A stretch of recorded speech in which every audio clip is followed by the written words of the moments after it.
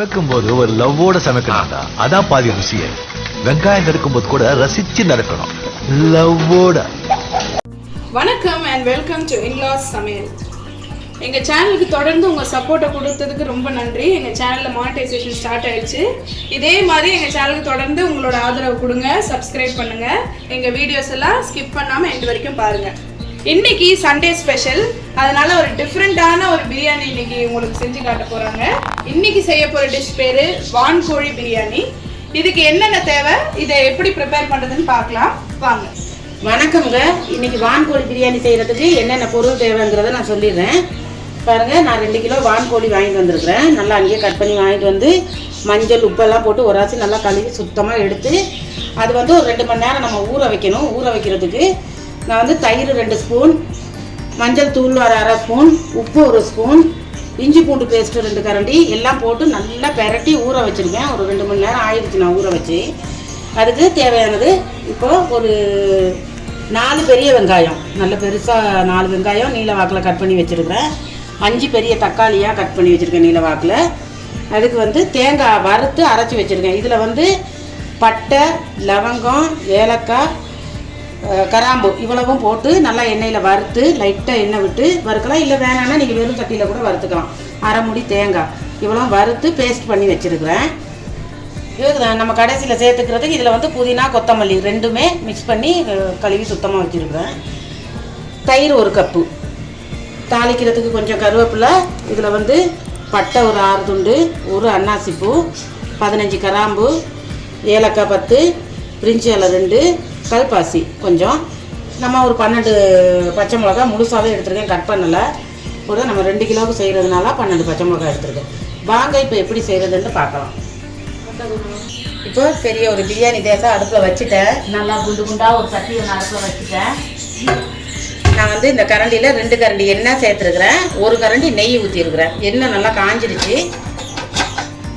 இப்போ நம்ம பட்டை, லவங்கம், ஏலக்காய், பிரிஞ்சி இலை, அன்னாசிப்பூ இதெல்லாம் சேர்த்துக்குவோம். சேர்த்து ஓரளவு பொரிஞ்சோன்னே கருவேப்பிலை சேர்த்துக்குவோம்.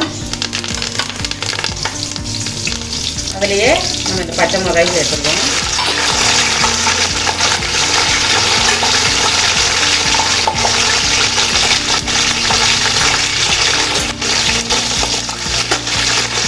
இப்போ கட் பண்ணி வச்சுருக்கிற இந்த வெங்காயத்தையும் இதில் சேர்த்துருவோம். இந்த வான்கோழி பிரியாணி நம்ம கோழி கறி இருந்தால் ரொம்ப டேஸ்ட்டாக இருக்கும். நிச்சயமாக நிறைய பேர் வந்து இந்த வான்கோழி பிரியாணி தெரியாது இல்லையா? எல்லாமே அதிகம் சிக்கன், மட்டன், நீங்கள்லாம் வாத்து பிரியாணி கூட சாப்பிட்டீங்க. ஆனால் வான்கோழிக்கு நிறைய பேர் வந்து ட்ரை பண்ணியிருக்க மாட்டாங்க. கறியும் நல்லா சாஃப்டாக இருக்கும், நமக்கு சாப்பிட்றதுக்கு டேஸ்ட்டாகவும் இருக்கும். அதனால தான் இன்றைக்கி நான் வான்கோழி பிரியாணி செய்கிறேன். இப்போ இந்த வெங்காயம், பச்சை மிளகாய் எல்லாம் நல்லா வதங்கட்டும் ஓரளவு. இப்போ பாருங்கள், இந்த வெங்காயம்லாம் நல்லா பொரிஞ்சிருச்சு. இந்த அளவுக்கு பொரிஞ்சு வரணும். நம்ம அடுத்து இஞ்சி பூண்டு பேஸ்ட்டு சேர்த்துக்குவோம். இந்த ஸ்பூனில் 2.5 ஸ்பூன் இஞ்சி பூண்டு பேஸ்ட்டு சேர்த்துக்கிறேன். இஞ்சி பூண்டு பேஸ்ட்டு எவ்வளோ சேர்க்கணுமோ அவ்வளோவுக்கு நல்லாயிருக்கும். போட்டு நல்லா அந்த இஞ்சி பூண்டு வாடை போகிறதுக்கு நம்ம அந்த பச்சை வாசனை எல்லாம் போகிற அளவுக்கு வதக்கிக்குவோம். நல்லா வதங்க விட்டுருவோம். இஞ்சி பூண்டு பேஸ்ட் அதிகம் ஆட் பண்ணால் டேஸ்ட் நல்லாயிருக்கும். எதுலேயுமே இந்த கறி குழம்பு, பிரியாணி எல்லாத்துக்குமே இஞ்சி பூண்டு பேஸ்ட் தான் ரொம்ப நல்லாயிருக்கும். நிறைய பேருக்கு ஒரு டவுட் இருக்குது, சிக்கனில் வந்து இந்த தயிர் ஆட் பண்ணலாமா? சிக்கனில் தயிர் ஆட் பண்ணணும். நிறைய பேர் வந்து சிக்கனை நான்வெஜ்ஜோட சேர்ந்து தயிர் ஆட் பண்ணக்கூடாதுன்னு சொல்லுவாங்க. ஆனால் எப்பவுமே எல்லா பிரியாணி, குழம்பு எல்லாத்துக்குமே வந்து இந்த தயிர் ஆட் பண்ணுவாங்க நான்வெஜ். அப்போ தான் அந்த கறியில் வந்து நம்ம பெரட்டி வைக்கிற கறி வந்து சாஃப்டாக இருக்கும். அதுக்கு தான் தயிர் பெரட்டுறது. இப்போ நான் தக்காளி கட் பண்ணி வச்சுருக்கேன், அதையும் சேர்த்துறேன். சேர்த்து உப்பு சேர்த்துருவோம். அதுலேயே நல்லா தக்காளியெல்லாம் சீக்கிரம் வதங்குறதுக்கு 1, 2, ஆமாம், ஒரு 3.5 ஸ்பூன் உப்பு சேர்த்துருக்கேன். இந்த சின்ன ஸ்பூனில் போட்டு நல்லா வதக்கி விட்டுருவோம். இதை வந்து பாஸ்மதி ரைஸ் செய்யலாம். பாஸ்மதி ரைஸ் தான் இப்போ நம்ம செய்கிறோம். ஜீரக சம்பாவில் செய்கிறோம், பாஸ்மதி ரைஸ்லேயும் செய்யலாம். சாரி, ஆமாம், நீ ஜீரக சம்பான்னு ஃபஸ்ட்டு கேட்டிருக்கணும். சாப்பாட்டு அரிசியில் கூட செய்யலாம். செய்யலாம் தாராளமாக. ஆமாம், ஏன்னா ஜீரக சம்பா தான் நம்ம வீட்டில் எல்லாருமே சாப்பிடுவோம். பாஸ்மதி ரைஸ் வந்து குச்சி குச்சியாக இருக்குன்ட்டு வேணாம். இப்போ இது வந்து நல்லா வதங்கிட்டு இருக்கு. அப்புறம் நம்ம சேனல் வந்து இப்போ தான் கொஞ்சம் மக்கள் சப்போர்ட்டில் கொஞ்சம் முன்னேறி வந்துக்கிட்டு இருக்கு. மக்களே நிறைய சப்போர்ட் பண்ணுங்க எங்களுக்கு. எங்கள் சேனலுக்கு வந்து நீங்கள் வந்து சப்ஸ்கிரைப் பண்ணி எங்கள் வீடியோஸ்லாம் பார்க்குறதா இருந்தால் எங்கள் வீடியோஸ் பார்த்து நீங்கள் ட்ரை பண்ண டிஷ்ஷெலாம் உங்களுக்கு பிடிச்சிருந்துச்சுன்னா நிச்சயமாக வந்து எங்களுக்கு நீங்கள் கமெண்ட் பண்ணுங்கள். கமெண்ட் பண்ணுறது மட்டும் இல்லை, பக்கத்தில் ஒரு தேங்க்ஸ் பட்டன் ஒன்று இருக்கும். எங்களுக்கு நீங்கள் என்ன கிஃப்ட் பண்ணணும்னு நினச்சிங்கன்னா அந்த தேங்க்ஸ் பட்டன் கிளிக் பண்ணி அதில் வந்து உங்களுக்கு பிடிச்ச அமௌண்ட் வந்து நீங்கள் எங்களுக்காக கிஃப்ட் பண்ணலாம். இதை நீங்கள் நாங்கள் செய்கிற வீடியோலாம் பிடிச்சி நீங்கள் வீட்டில் செஞ்சு ட்ரை பண்ணீங்க, உங்கள் எல்லாருக்கும் பிடிச்சிருந்தா, வீட்டில் எல்லாருக்கும் பிடிச்சிருந்தா நிச்சயமாக அதை நீங்கள் எங்களுக்காக செய்யுங்க. கண்டிப்பாக உங்களுக்கு எல்லாருக்கும் பிடிக்கும் இது நான் செய்கிற சமையல்.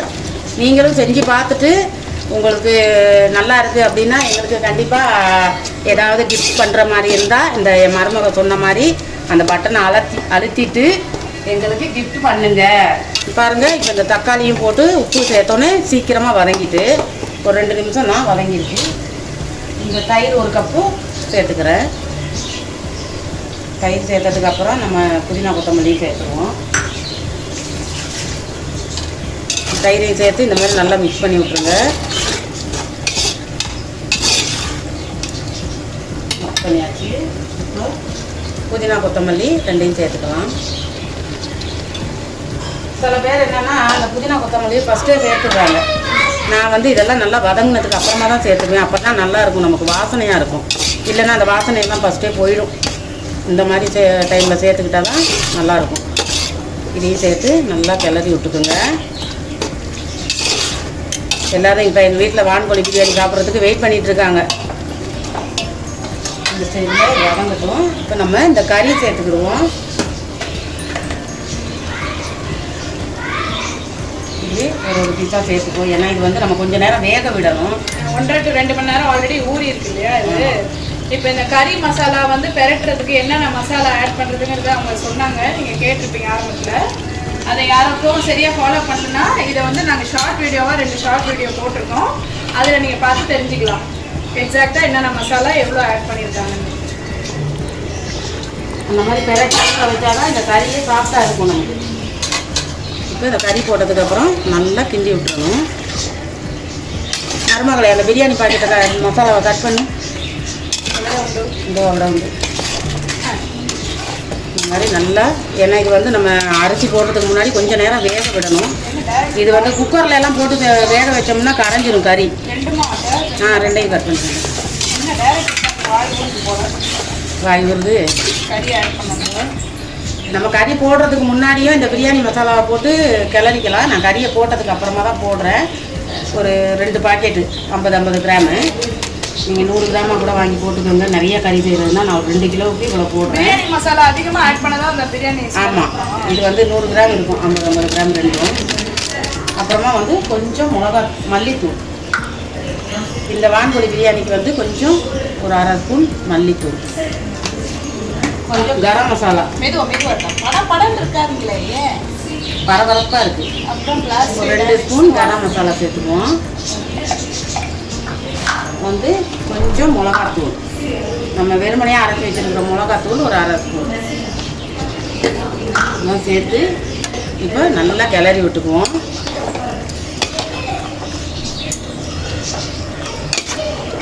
இந்த மாதிரி நல்லா அந்த கறியில் வந்து மசாலாலாம் பிறந்து வரணும். அது வரைக்கும் நீங்கள் கொஞ்சம் நல்லா மிக்ஸ் பண்ணி விட்டுக்கிட்டே இருக்கணும்.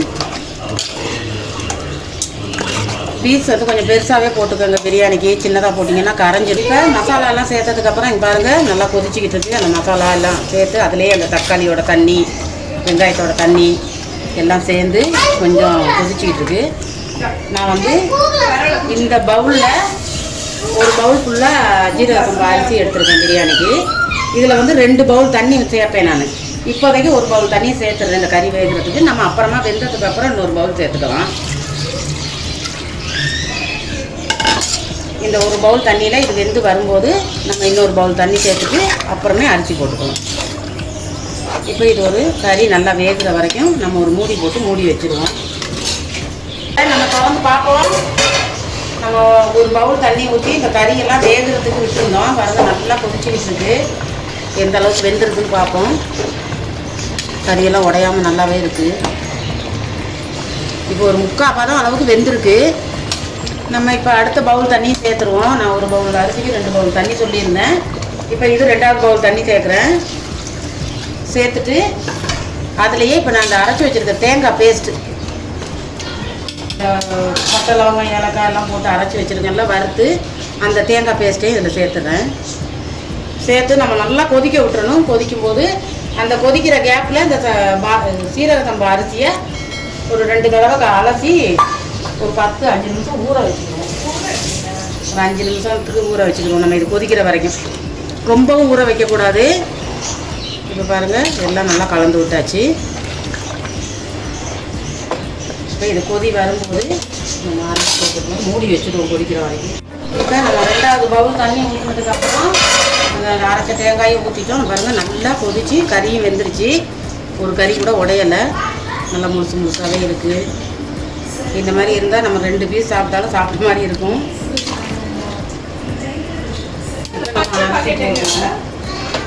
டவல் ஊற வச்சு வச்சுருக்கோம். இப்போ நம்ம அரிசி போட்டுருவோம்.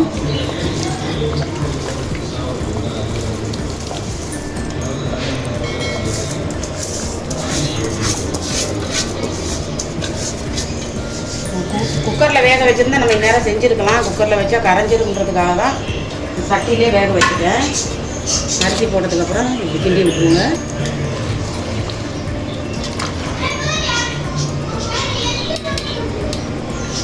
இப்போ இது வந்து ஒரு 15 நிமிஷம் வரைக்கும் வேகணும். அதுக்கப்புறம் நம்ம தம் போட்டுடலாம்.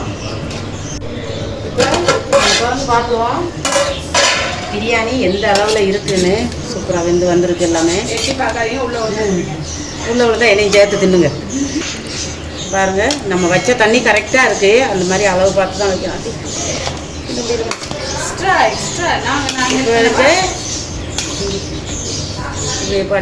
இந்த மாதிரி கிண்டி விட்டுட்டு பாருங்கள். இப்போ வந்து இதை வந்து நான் ஒரு தோசைக்கல் அடுப்பில் வச்சு தம்மில் போட போகிறேன் ஒரு 20 நிமிஷத்துக்கு. அது மேலே நம்ம இந்த வெங்காயம் பொரித்த நெய் சேர்த்துக்கிறேன்.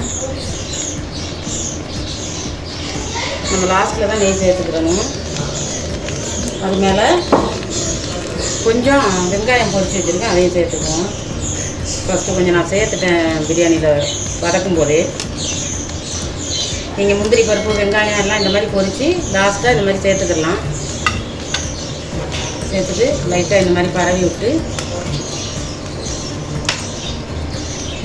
போங்க கறியெல்லாம் உள்ள.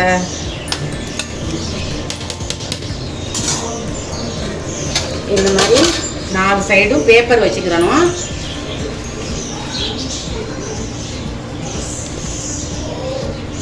சைடு பேப்பர் வச்சுட்டு நம்ம தட்டு போட்டு மூடிட்டு மேலே ஒரு வெயிட் வச்சிடணும். தோசைக்கல்லை போடணும். இந்த மாதிரி ஒரு யூஸ் இல்லாத ஒரு தோசைக்கல்லை வச்சுக்கோங்க. இப்படி போட்டு ஒரு 5 நிமிஷத்துக்கு அடுப்பு ஃபாஸ்ட்டாக வச்சுக்கோங்க. இப்போ வெயிட் வச்சுக்கணும். நம்ம மேலே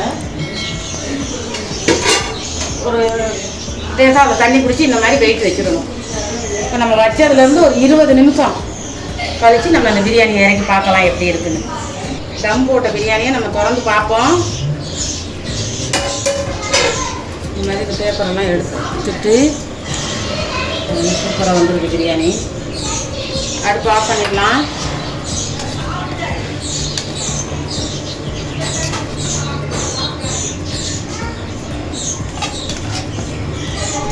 நமக்கு தட்டில் சர்வ் பண்ணிக்குவோம். வான்கோழி பிரியாணி ரெடி.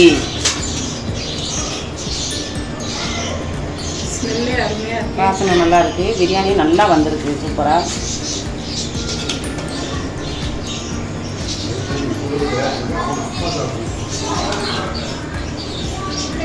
நல்ல அருமையான சுவையான ஒரு சண்டே ஸ்பெஷல் ஆஃப்டர்நூன் லஞ்ச் வான்கோழி பிரியாணி எப்படி செய்யுதுன்னு பார்த்தீங்க. இதனோட ஸ்மெல்லே ரொம்ப நல்லா இருக்குது. இந்த டேஸ்ட்டும் ரொம்ப சூப்பராக இருக்குது. நிச்சயமாக நீங்கள் இதை ட்ரை பண்ணி பாருங்கள். உங்கள் வீட்டில் எல்லாருமே விரும்பி சாப்பிடுவாங்க. இன்லா சமையலுக்கு உங்கள் சப்ஸ்கிரைப் பண்ணுங்கள். உங்கள் சப்போர்ட்டை தொடர்ந்து கொடுங்க. அடுத்து சூப்பர் வீடியோ இருக்குது. கண்டிப்பாக எங்கள் சேனலை தொடர்ந்து பாருங்கள். அடுத்து ஒரு நல்ல வீடியோடு உங்களை சந்திக்கிறோம். until then bye. கண்டிப்பாக எங்கள் சேனலுக்கு சப்ஸ்கிரைப் பண்ணுங்கள், சப்போர்ட் பண்ணுங்கள். உங்களோட சப்போர்ட் கண்டிப்பாக எங்களுக்கு வேணும். அடுத்த நல்ல வீடியோவில் சந்திக்கிறாங்களாம் எங்கள் மருமக சொல்லிட்டாங்க. Okay bye. சமைக்கும் போது ஒரு லவ்வோட சமைக்கணும்டா, அதான் பாதி ருசியே. வெங்காயம் நறுக்கும் போது கூட ரசிச்சு நறுக்கணும், லவ்வோட.